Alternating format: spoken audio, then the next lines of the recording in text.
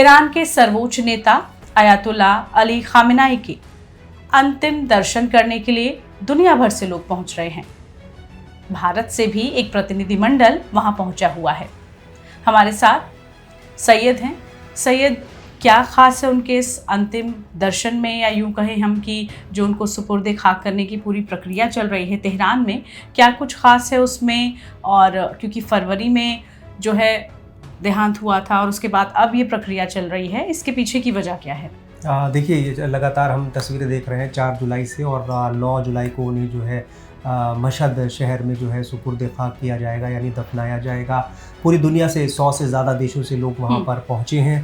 भारत से भी जो है वो बिहार के गवर्नर सैयद अता हसनैन और विदेश राज्य मंत्री वहाँ पर पहुँचे। इसके अलावा जो है सलमान खुर्शीद, कांग्रेस से अलग अलग पार्टियों से महबूबा मुफ्ती गई। हमने जो तस्वीरें देखी, दुनिया भर के तमाम देशों से वहाँ पर लोग पहुँचे। लेकिन अभी जो जिस तरीके की तस्वीरें आ रही हैं, कहा जा रहा था कि दुनिया का सबसे बड़ा इस तरह का कोई वो होगा आखिरी अंतिम विदाई, जिसमें 10 किलोमीटर तक लंबा जाम वहाँ लगा हुआ है तेहरान में, जो अंतिम पूरा उनकी विदाई के लिए जो समारोह चल रहा है वहाँ पर उनका जो प्रशासन सरकार है वो ये अपील भी कर रही है कि सभी शामिल हो इसमें। हाँ, और 2 करोड़ से ज़्यादा लोगों के पहुँचने का इसमें अनुमान भी है। उसी तरह की तैयारी की गई है भव्य। देखिए पूजा, ये तो अपनी जगह जो कार्यक्रम चल रहा है, लेकिन कहीं ना कहीं ईरान के इस उसमें एक मैसेजिंग है, एक सांकेतिक तस्वीर भी।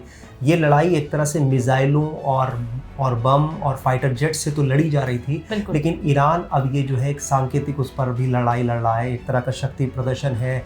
हमने देखा, बताया जा रहा है कि तेहरान एयरपोर्ट पर जो है वो जो स्कूल में बच्चे वहाँ पर मारे गए थे अमेरिका और इजराइल के अटैक में, उनके जो बैग्स थे, उनके जो बच्चों के जो शूज़ थे वो वहाँ पर प्रदर्शित किए गए हैं। यानी एक मैसेज देने की कोशिश है दुनिया को। बहुत मार्मिक वो दृश्य रहा था। और जैसे आपने कहा कि एक मैसेज कन्वे किया जा रहा है, और इसीलिए जैसे हम भारत का जिक्र कर रहे हैं कि भारत की तरफ से भी गए हैं सभी धर्मों के लिए, चाहे सिख धर्म हो, मुस्लिम धर्मगुरु वहाँ पर गए हैं, ईसाई धर्मगुरु गए हैं, इसके अलावा हिंदू धर्मगुरु भी वहाँ पर पहुँचे हुए हैं। और महबूबा मुफ्ती का आपने जिक्र किया, वो वहाँ पर पहुँची हुई हैं। और जब तस्वीरें आई थी तो आंखों में आंसू थे और कुछ गम था, ये भी था। और इसके अलावा जो महत्वपूर्ण बात है सैयद, जिसका हम चर्चा भी कर रहे हैं, कि खुद ईरान ने एक ट्वीट करके भारत को ये संदेश दिया है इस बीच कि भारत ने जो दोस्ती निभाई है उसको वो हमेशा ध्यान में रखेगा, उसका हमेशा ख्याल रखेगा, क्योंकि इस वक्त भारत उसके साथ नज़र आया। हालांकि दुनिया भर से 13 तकरीबन ऐसे देश भी हैं जो नहीं पहुँचे किसी न किसी कारणवश, और इसके पीछे अमेरिका का हाथ बताया गया।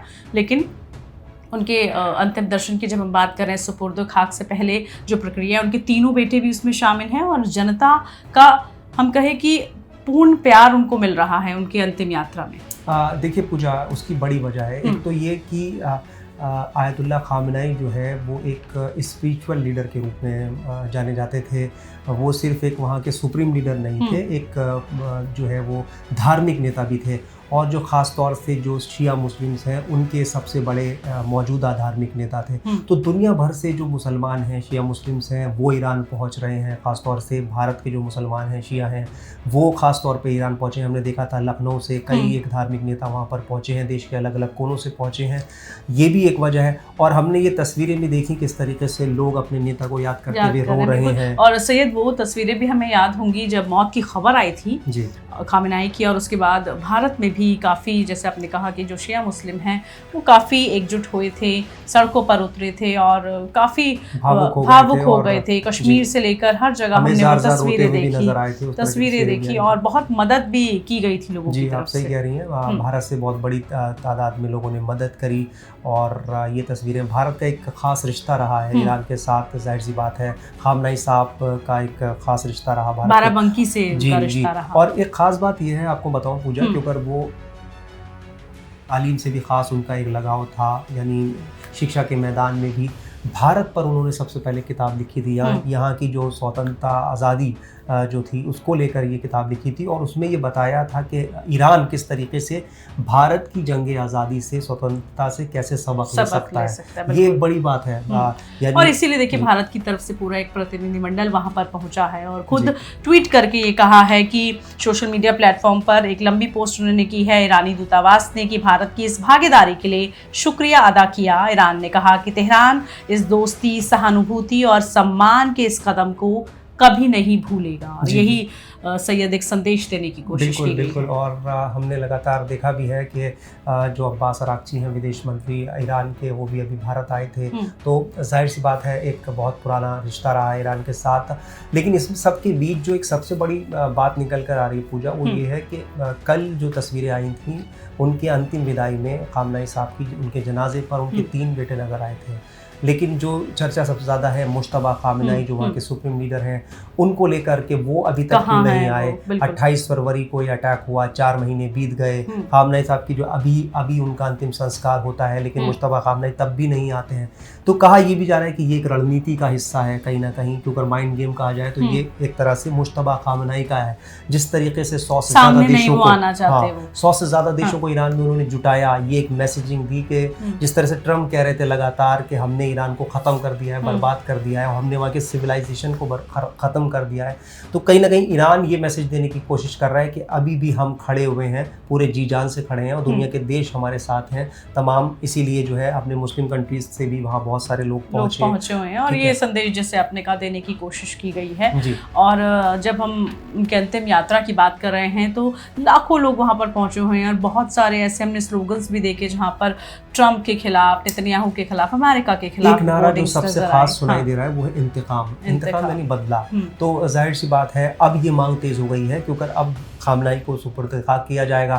तो अब ये कहा जा रहा है कि अब क्यों ना अमेरिका और इजराइल से उनकी मौत का बदला लिया जाए, और इसी तरह के नारे वहाँ पर लग रहे हैं। हमने देखा जो गमज़दा लोग हैं वो इसी तरह के नारे लगा रहे हैं। और दूसरा ये भी कि ईरान में अभी सबसे बड़ी जो कहा जाए कि सबसे बड़ा जो मसला है वो यही है कि किसी तरीके से जब सुपुर्द खाक हो जाएं उसके बाद हो सकता है कि किसी तरह रणनीति के तहत ईरान जो है वो अमेरिका और इजराइल से जो है वो बदले जब खामनेई साहब का देहांत हुआ, जब उनकी मौत की खबर आई, उसके बाद काफ़ी दिन तक ये खबरें चलती रहीं कि कौन होगा उनके अगला नेता, कौन होगा ईरान का सुप्रीम लीडर। मुश्तबा खामनेई को जो है वहाँ का जो है नेता चुना गया, और लेकिन ये अलग बात है कि वो अभी तक दुनिया के सामने नहीं आए हैं। 9 जुलाई को हो सकता है जब दफनाया जाए खामनेई को, तो हो सकता है उस वक्त वो वहाँ पर मौजूद रहे आखिरी वक्त में। अभी फ़िलहाल उन्हें सुरक्षा कारणों से ईरान का यही कहना है, ईरानी मीडिया में जो खबरें चल रही हैं कि उनको सामने नहीं लाया गया है, क्योंकि हमने देखा था जब जाहिर सी बात है कि ईरान के सुप्रीम लीडर को अमेरिका टारगेट कर सकता है, तो अभी मौजूदा जो वहाँ के सुप्रीम लीडर हैं उन पर भी खतरा मंडरा रहा है, और इसीलिए शायद वो आधिकारिक तौर पर या यूँ कहें कि डायरेक्ट सामने नहीं आ रहे हैं। ये हमने चर्चा की उनकी जो अंतिम यात्रा से जुड़ी हुई है खामेनेई की, और लगातार इसको लेकर जो भी अपडेट मिलेगा वो आप तक पहुंचाते रहेंगे।